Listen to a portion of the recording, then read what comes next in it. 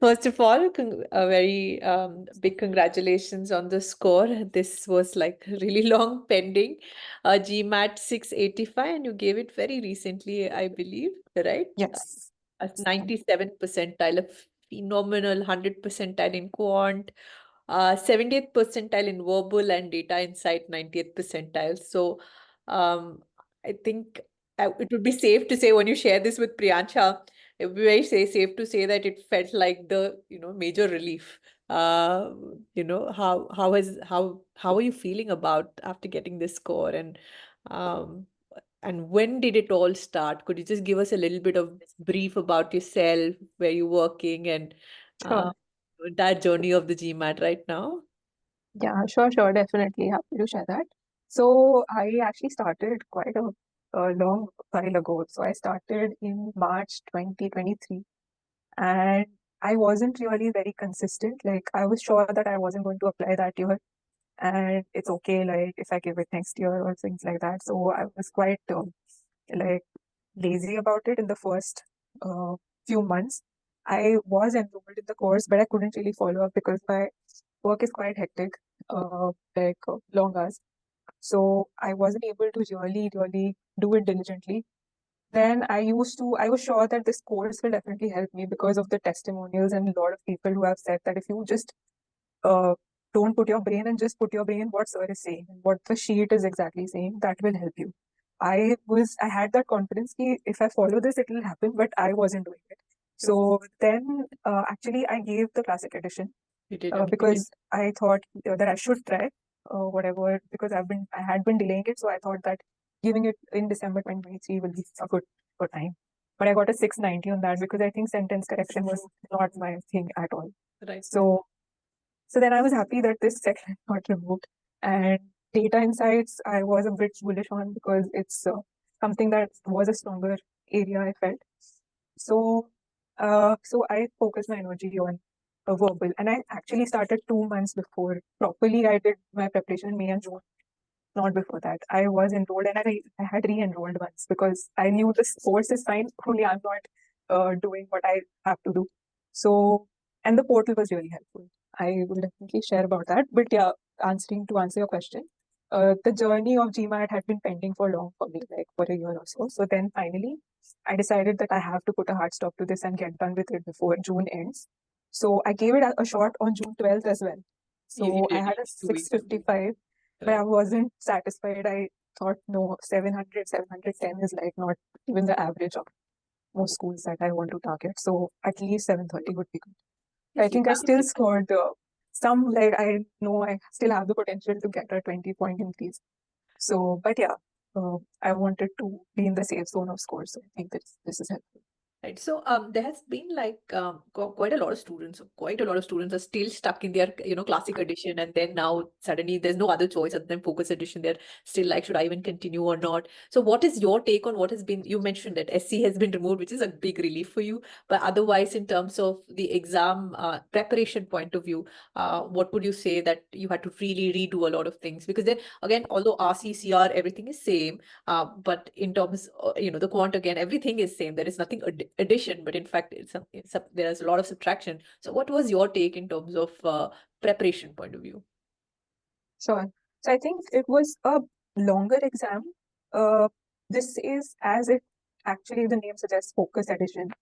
You really need to focus on each topic properly. Like last time, even if you have the scope of making mistakes, I think in the last edition, classic edition, even if you make more mistakes, you would still probably reach to a 730, 740. But here, I think the scope of mistakes reduces because the number of questions are low. They might be easier if you practice, if you have that practice. Like verbal, I practice a lot, but I think in the second attempt that I did of the focus edition, I missed out on practicing CR, and it reflects in my score as well for verbal. So I think questions are still, they have compensated for the light. Like if the questions are easy, some parts will be tough. So I don't think the exam is too like easy still, because you're tight on time as well. Like minute to minute is very important. If you don't pace yourself well, you might actually regret that you have missed out on questions which were easy and you focused on solving questions. So they are testing that as well, like your selection of questions. If I think so, that are you selecting the right question? So Which is true that the number of questions that you can get wrong in comparison, like it's very minimum. You can't like afford to get a similar score or a percentile in the previous attempt in this making the same number of mistakes. It is going to definitely reduce. So my next question is, of course, this is a tough one because it's your preparation has been for more than a year right now. But what is it in the last segment of your preparation? What motivated it? Your work is demanding, and this is generally a lot of our joint students, right? They also are in a similar role where the work is demanding professionally, personally, the time is consuming. And what motivated you to really every day show up and then give it in 2 months' time? Would you be able to share that? sure, actually the testimonials definitely helped. I figured out 2, 3 people who were actually doing the same mistakes, and they shared that they just like there was this guy who got from I think 615 to 715 or something in just 15 days, he said. I just saw a reel on YouTube. After the first attempt, I was figuring out like how do I change my strategy, because I thought that DI was good for me, and in my first attempt I didn't practice enough DI, and I went in with practicing verbal. So verbal was really good in my first attempt, and DI went really bad. I missed out on 2, 3 questions at the end. So my goal was this should not happen because it's a strong suit. Verbal, I think it would remain in this range. I don't think I can really improve now given the time I have. So I thought DI I shouldn't really lack in. So I just saw that video and it said that he used to practice 2 sectional tests every day, whatever the case. And I just did that in those 15 days. So 30 sectional tests of verbal. I think I re-attempted some tests which I gave in the first attempt. And also changed my strategy to actually solving, verbal DI, a sectional test of DI. So 2 sectional tests every day. I make sure I have to do it. If I miss out on a DI, I'll just do 4 tests the other day, so 2, 3 days. And it was just a matter of 15 days. I thought I don't have to elongate it further. It's just like I'll cut down on other things and probably make time to practice 2 sectional tests. Uh, and also that the timing, I wanted to make sure that I'm not missing out on any question in that section, because there's a lot to read and you have to be fast. And also I changed my strategy to actually solving the section first, which against my initial strategy was to solve verbal first. But then I figured that if I'm done with DI, I'm more comfortable mental space. So I changed that in those 15 days. Correct. So that helped. Oh, super, super. So, going a little onto your preparation mode, considering quant, verbal, and DI, how were the resources that at Top 1%, including the material, including the mock test portal, and the support? Did you get the chance to speak to any of the faculty in the sense that interaction within the email or on the strategy discussion? Did you get a chance to participate in any? Yeah, after the first attempt on the focus edition, I did reach out to Priyansha, I think, that I'm not able to, I have to figure out some strategy for DI. And they said that, and I received an answer that I should actually do all the IR marathon tests and the uh, tests in the sectional test, topic-wise test on the portal. So I think that was useful because in the first attempt, I had not solved a lot of sectional tests for DI. So that helped. And of course, I think it's a lot of material out there. So if you have the material from top, that itna if you do, you will be fine. Because the material is more than sufficient. I don't think anybody can cover all of it. But I think the theory part in verbal helps a lot, like the first 5, 6 sessions.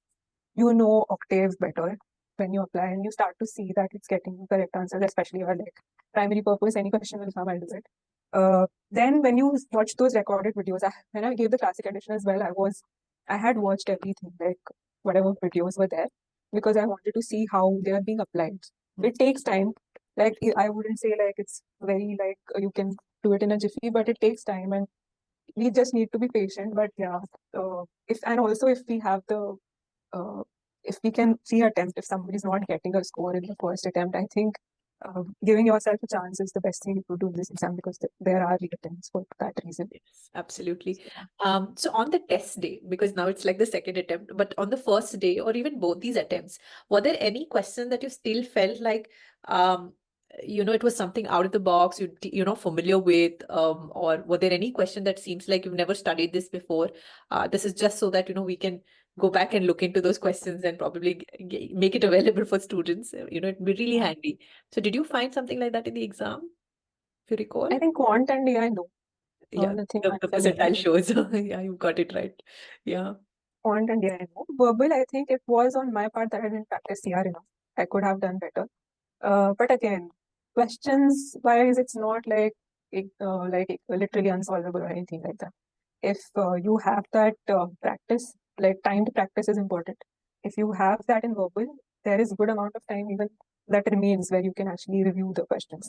So I don't think I faced any surprising questions. I knew that in 2-3 questions, I knew that this I could have done had I practiced. So I had not practiced properly verbal in the 15 days. But I don't think the course didn't cover anything because the mock tests are quite difficult than the actual GMAT. The passages are very easy, I would say. Passages were very easy as compared to what the top mocks have. Yes, it is And made deliberately, the mocks are made deliberately a little difficult. In fact, having, difficult question, they have even LSAT paper in the long sittings, yeah, because that's going to only help you look at a longer passage in the exam. So everybody has any difficulty in any section, we are like, just practice this. Of course, you come to this section when you have done your, the basic concepts from sir's video, and then you come here. correct, So, correct. so a final thought I would ask is that what is it that one thing that you would recommend any student, whoever is preparing, maybe have started or maybe in the second phase or almost in the last phase of their preparation, the one thing that they should stick on to while they are preparing, one thing they should not do, like one do, one not, don't do.